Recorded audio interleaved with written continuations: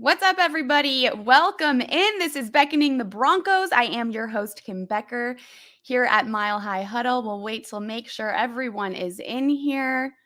Hope you guys are having a good morning. Good morning, Ashton, Michael. We've got some people in here already. Thanks so much for the support as always. This is Beckoning the Broncos.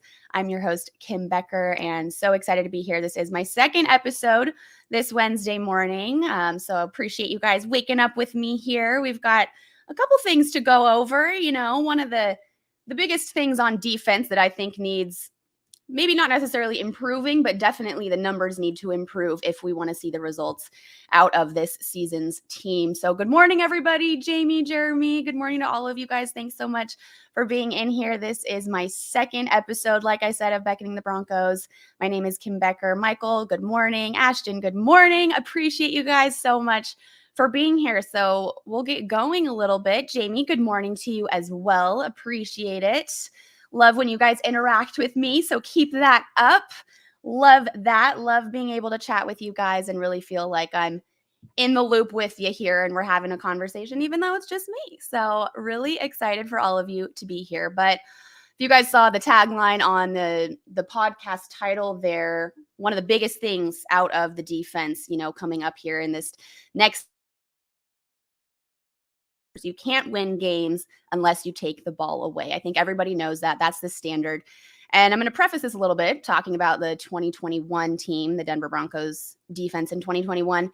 They weren't all bad, okay? So I'm not coming on here saying, oh my gosh, we have to improve so much on the defensive side of the ball. It's more so just that one stat, takeaways, that directly correlates to success in the NFL. And I'll go through a lot of stats here just to kind of put some faces to the name on those stats here. But again, appreciate you guys coming in here. I see a bunch of people popping in the chat, so appreciate that. This is Beckoning the Broncos. I'm your host, Kim Becker, and we're going to talk Denver Broncos defense and takeaways. So the Broncos last year in 2021, they were third in points allowed with 322. That's not bad.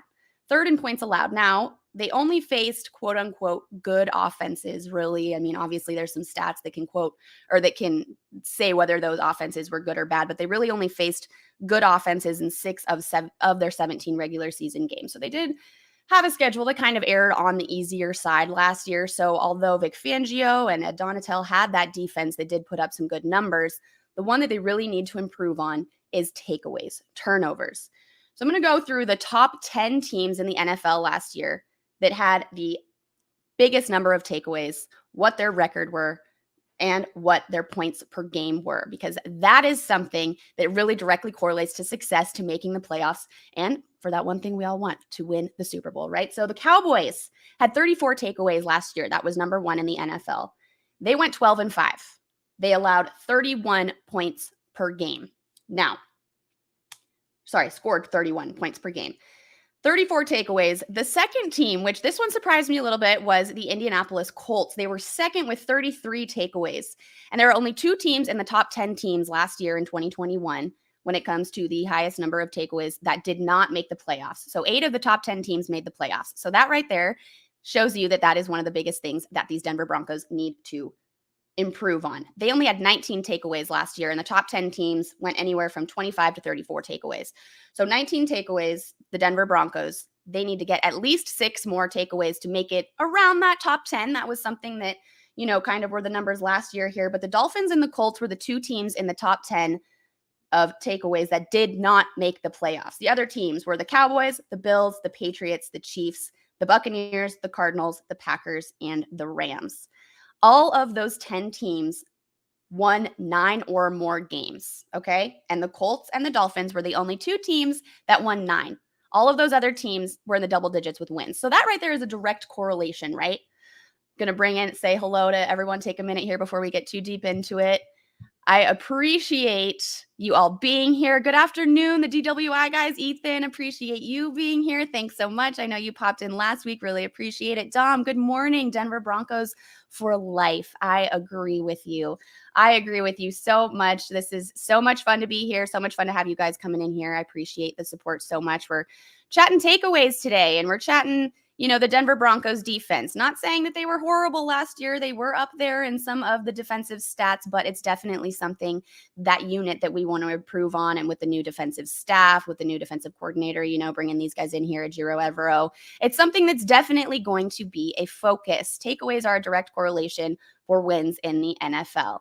Appreciate you all being here. I see some other comments in here. Tommy says, if you're not a high-powered offense, then teams tend to not risk the biscuit nearly as often, even in game planning.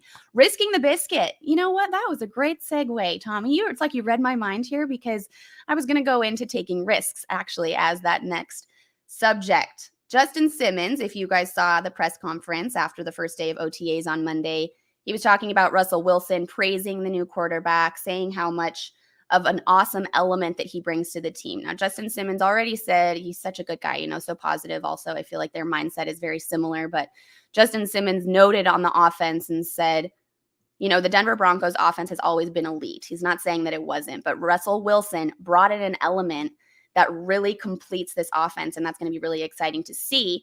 And if you think about it, Russell Wilson and having that quarterback that can go in and save situations really does help the defense as a whole, because they feel more confident taking those risks. So if you risk it for the biscuit, like Tommy said, right, then you've got a lot more chances to get those takeaways, to really rush the passer, try and attack the ball, go for those interceptions, get those fumbles, risk it for the biscuit. And then if it doesn't work out, you have a little bit more confidence in your quarterback on that other side of the ball, which is really great.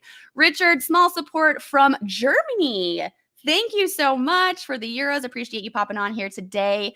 Love being on here with you guys. This is only my second episode of Beckoning the Broncos here. So it's very exciting to have your support and have you guys interact with me. It's so much fun having all of this. I feel like I'm right in the conversation with you, even though I can't see you. Maybe one day down the line, I will be able to bring you guys on here. I think that would be really fun. But Peter comes in here on Facebook. Peter, appreciate you coming in here this morning, and says, will the offense be better than the defense for once?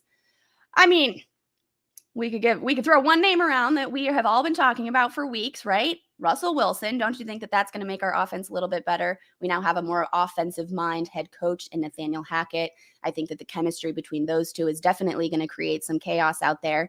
And I think having that leader in Russell Wilson is going to be really important for our offense. I touched on that a little bit last week. We talked about how his positive mindset and how his outlook on the game, his outlook on life, his outlook on taking every day as it comes is going to be a very strong glue for this Broncos offense. And I think having Nathaniel Hackett come in with the energy that he has just as a person, bringing that energy into OTAs, into training camp, into everything that's going to happen before we really kick off the season, I think it's going to create a lot of really positive things out of this offense. And you already heard a couple of the players come in after their OTAs, on Monday and Tuesday and really talk about the energy and how positive and how high it is.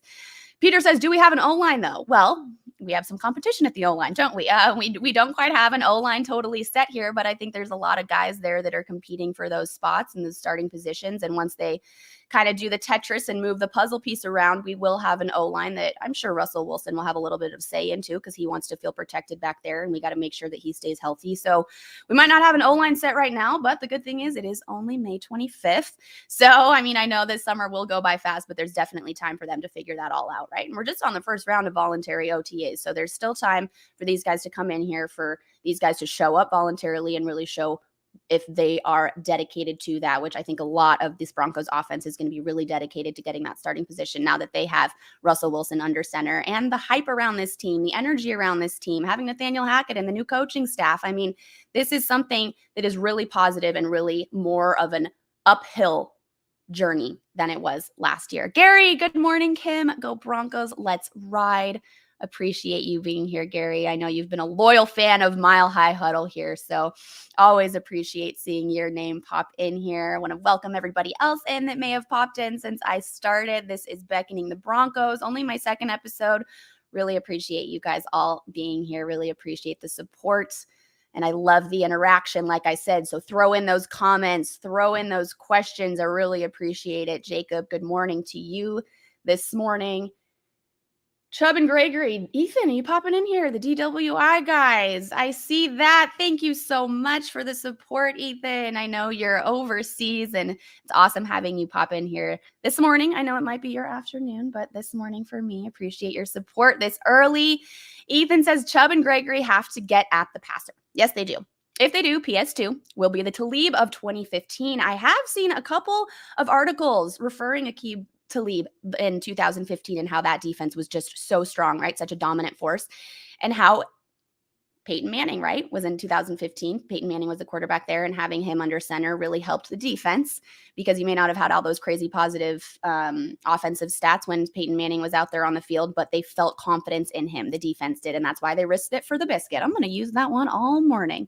I really like that one, Tommy. I'm going to remember it, bringing it in here, risking it for the biscuit. So that's what the Denver Broncos defense are definitely going to have to do this year to get those takeaways, get those turnovers, and get those wins. And I'm going to refer back to Thomas Hall, someone here at Mile High Huddle. Back in December 5th, 2021, so last season, he wrote an article about the Denver Broncos needing to force takeaways in order to make the playoffs. So he saw this one coming before the playoffs even started last year. He said the Denver Broncos were so low on that stat, right? Their takeaway number was very low, way too low to be able to make the playoffs when you look at those top 10 teams that had the highest number of takeaways, and 8 out of those 10 teams did make the playoffs. So he was right on the money there. They needed to improve on takeaways. They didn't quite do that in that span of time, in that red zone time, if you will, of the season in order to make the playoffs. So that's something that's definitely going to need to be focused on a little bit more here when we come into training camp and have this new defensive staff out there, and making sure that they're all jiving on that and that they're attacking the ball, taking the risks, and getting what they need. Now, again, the Denver Broncos defense was not awful last year. So I'm not coming in here saying that they were horrible, bottom of the bucket. Of course, some of their stats were on the lower end of the 32 teams, but some of their stats were on the higher end. They were third in points allowed. Like I said, they were eighth in yards allowed, 5,544 yards allowed. So eighth is not so bad. They're in that top quarter, right? Third in red zone percentage allowed, third in red zone touchdown percentage allowed. So that's not bad. So in the red zone, they were doing okay. But of course, the percentage of getting takeovers and turnovers in the red zone is going to be a lot lower than it is, down the stretch. So that's something that these Denver Broncos are really going to have to force takeaways and to work on. And like you said, they could not stop the run and they couldn't get pressure on the QB. Those are the two things in 2021 that they really struggle at. So those are the two things that are also going to really their takeaway numbers. So really exciting to see that here. I know we've got some more comments in here. What do we have? Dom. How do you feel about the Denver Broncos being number 8 in the power rankings? And we are now 14. So they were number 8. Is that what you're saying? Oh, different power rankings. Okay. Peter King had them 14. Got it. And that was his first release. Okay. Yep. Scott, thank you for popping in there, saying that and clearing that up. But, power rankings at this point in the year in May are just purely speculation. You're going to have a lot of different rankings there, especially when you've got different outlets and different people looking at different things in OTAs, right? We don't have the full team out there. Obviously, we're just looking at numbers coming in from Russell Wilson, from some of these guys that we drafted, and purely speculations there. So I think that a lot of the power rankings right now are coming off of just the energy that Russell Wilson is bringing and the hype around the Denver Broncos, having those 5 primetime games this year after having 0 last year. I mean, it's all to get that pageantry, right? To get that storyline and to get those guys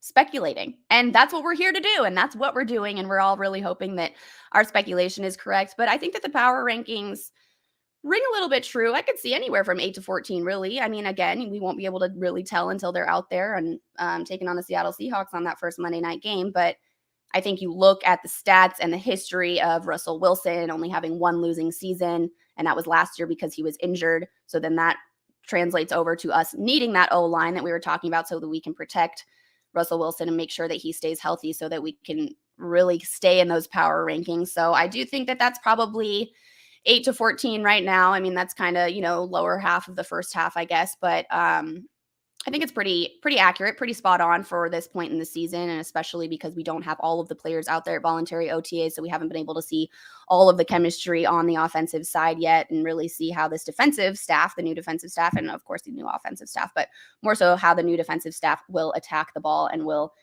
really jive on that side of the ball. So going to be really exciting to see. I know we've got some more comments in here. Appreciate it. Tommy coming in here. Tommy with the risk it for the biscuit.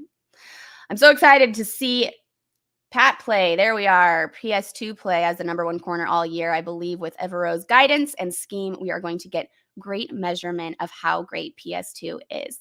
I agree, right? I mean, it was so funny covering the draft last year, because when it came to the Denver Broncos, there were some fans that weren't super high on that drafting of Pat Surtain. But look now, going to be one of the top performing corners, definitely in the AFC West, definitely someone to watch out for. And I think having him on defense also makes the rest of the unit very confident as well. So it's going to be really exciting to see how he took in that first year, how he gained experience and knowledge, really figuring out how the Denver Broncos works. And it was probably really great having Vic Fangio for him last year, having that defensive mind. And I'm sure he learned and took away a lot from him. And now he's going to be able to translate it over with his new team with the new members of the team, and of course his new defensive coordinator. So that's going to be really exciting to see. I'm really excited about Evero. I was reading a little bit about him last night, and coming from the Rams and the Super Bowl champion team, he's got a lot of experience, both playing in college and then coaching in the pros, and seeing a lot of different styles of offenses. And so now he's going to come in here with Nathaniel Hackett and learn that offensive side of the ball, and really translate a lot of his learnings over to his new defensive staff, who he's brought in, a lot of fresh faces and a lot of guys who have some pretty cool backgrounds. If you guys get a chance to read about some of these new position coaches, I think it's going to be just a really awesome, exciting environment for all of them. And hearing Justin Simmons and the comments that he had to say about the rest of his teammates, how excited they all were to get out there at OTAs. Of course, beautiful days in Denver after the snow last weekend. I know that was crazy, but hey, May in Colorado, we're all used to that, aren't we? Jacob, thank you so much for the support. Appreciate you so much coming in here this morning. Really love having you guys all here today. You guys, I mean, this is just, the hype keeps going with the Denver Broncos. We can't believe that it's only May and we're going to have to wait several more months, but I hope that you guys are really reading up on everything at milehighhuddle.com. I know these guys are really making sure that they're covering everything from OTAs and these voluntary OTAs right now until the main ones get going here. And we've got a lot of players that are showing up and they're ready to work on that chemistry and work on all of their skills with their new quarterback. I know seeing Russell Wilson in that Broncos jersey is something that we were all really excited about and really excited to see. And hearing him speak after Monday's OTAs also, he touched on the Seattle Seahawks game and how he feels about that. And he said, it's really non-emotional. It has to be non-emotional. He's just ready to go out there and play ball. And a comment that he made afterwards, and here's my soft side coming in. I know you guys have seen this one before, but he said he thinks about that little boy or little girl that's up in the 300 section, and that this might be their last time seeing Russell Wilson play. And that's his mindset when he goes out there and plays this game. So just having that, knowing that, hearing someone say that, especially with Russell Wilson's stature, I mean, doesn't that just make you so excited to see what every single game on this schedule is going to be like? Because I think just knowing that he has that type of mindset and that outlook, as every game is different and every game is very special, I think it's going to make every game really special. So exciting things, of course, with Russell Wilson and the offense, but we're talking about the defense here today a little bit, which was great. I see you guys having some convos in there, changing the culture for sure. That's exactly what Nathaniel Hackett is doing. Really, really loving the culture change here and really loving the energy. Recipe for overall team success: play with a lead, unleash the pass. Exactly. Unleash that, right? So unleash the pass rush. It's going to lead to turnovers, to takeaways. It's going to lead to pressure, and it's going to lead, again, also once all of these games get going here and you see those stats rise in the pass rushing, right? Pressure on the QB. That's going to make other teams look at that when they're doing their film study, when they have the Broncos ahead of them on deck, and they're going to see, okay, so this defense is a force to be reckoned with. And we all know what side of the ball won the Super Bowl in 2016. It was the defense. So it's really going to be something to watch here, and takeaways are direct correlation to wins in the NFL. Shane, good morning. Thoughts on Denver making PS2 the cornerstone of the defense? Why not? I mean, why not right now? was someone, like I said, in the draft. Some people weren't super stoked on him when he was drafted last year. And then you looked at his performance and you looked at his film from college and you see what elements he's bringing to this defense. I think that he could definitely be the cornerstone of the defense this year. And I think that he really switched the fan base over to positive thinking on himself last year. Maybe they weren't so high on the decision right at the draft, but once he got going and once the season started going, I know us here at Mile High Huddle, we were like, see, PS2 was a great choice. He was a great addition to the defense. I think that he definitely could be the cornerstone of the defense, and he could have some direct effect on this takeaway situation and the numbers there that they need to bump up. Like I said, the Broncos last year had 19 takeaways all season, 19 in 17 games. It's not a very good average. You definitely want to have a higher average than that per game. They did not make the playoffs, obviously, and the top 10 teams, only 2 of those teams did not make the playoffs, Colts and the Dolphins, and all of those other teams had more than 10 wins. So I think it's just the proof is in the pudding right there, and it's just something that I think PS2 can definitely help with this year. So Shane, really excited to see that. Appreciate you hopping in here. What do you think, Shane? Throw me a little comment underneath. Do you think that he could be the cornerstone of the defense? I'm curious. Yo, new show, Master Bings. That's right. New show is right. Wednesday morning here, 7 Pacific, 8 Mountain Time. Beckoning the Broncos. My name is Kim Becker. You guys can find me on the website, hosting some videos for Chad and for Zach, and doing a little bit of covering every article that is out there. I know Mile High Huddle, all of the writers here and the staff are phenomenal, covering every single topic. So it's really, really fun to be able to add to that a little bit, and really excited that Chad gave me this platform this morning to talk about really whatever I want and interact with you guys. So thank you so much. I appreciate the support. I appreciate you guys coming in here. Master Banks says, I'm excited because this defense won't be about Fangio's death by inches. Yes, but actually killers and wanting to get sacks and interceptions. And that goes back to risking it for the biscuit. Tommy, I feel like I owe you for that one. Don't worry, you're going to get credit for that forever. But yes, this defense definitely won't be death by inches. It's going to be sacks, interceptions, pressure on the quarterback, that pass rush, really having that depth and exciting energy around the entire defense, because they know they can risk it because they've got Russell Wilson on the other side of the ball. And they're not going to put all of that pressure on Russell Wilson. They're not going to be like, oh, it doesn't matter here because Russ is going to take care of it. However, just knowing that he's there puts their mindset in being like, okay, we can really attack this. We can really be aggressive. We can do whatever we need to do. We can risk it because we have a lot more confidence on that offensive side of the ball. And I think the whole offense and the whole unit will feel that way. Ethan, hello, you're back. I appreciate it so much. The DWI guys over there in London, how do you feel about our LBs or lack thereof? Griffith, the dark horse. Well, our linebackers, I'm not too concerned about the linebackers at this point, to be completely honest with you, because I know that there's going to be some additions to the linebacker group. I don't think that they have that quite set up yet, and I don't think they're quite confident in the way that right now with the depth chart on the linebackers. I think there's going to be a lot of competition there, and I think that there's a lot of opportunity there. Obviously, some of our outside linebackers are under contract, but we aren't sure exactly who's going to be in there. We had Nick Benito, the first pick of the Denver Broncos, right? And this draft, he's going to come in here. I think he's going to be a force to be reckoned with. Definitely some competition there. Griffith, the dark horse, possibly. Jonas Griffith here. I mean, it's definitely a possibility, but I think that we need to see a little bit more out of him to really overcome the guys that were already here on the roster. But like I said, there's a lot of guys competing for those positions, and I think it's going to really depend on where Evero's defense, what kind of scheme is going to be run there and what works. And again, I don't think we have all of the players coming to voluntary OTAs quite yet, so we aren't going to be able to see that until those really get going. But I think that the linebacker situation is going to be fine. I think right now, I know that, there's a lot of question marks around there and there's a lot of competition, but once they get going and once they figure out who's going to be those ones and twos, then I think that we'll have a much better idea if there really is a lack thereof, or if we're going to be okay on that one. But I appreciate you coming in here, Ethan. I think that I'm excited to see what happens with that position group, definitely, and how these new guys come in here and really compete for those spots, because we know all these, it seems like every year, man, the younger players that get drafted, the younger guys that come in here, I mean, they are just determined. And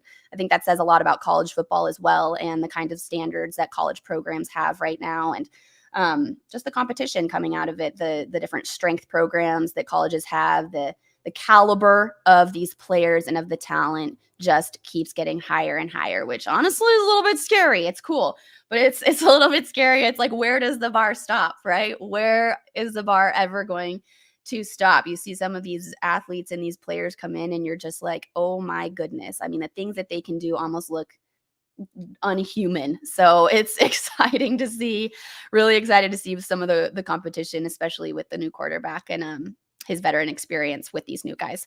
Shane, I believe he needs to be the cornerstone. Okay, good. He came back in here with Pat Surtain being the cornerstone. He's so versatile that you can scheme around him. Very true. Very much a Champ Bailey and a Darrell Revis type player. I totally agree with you.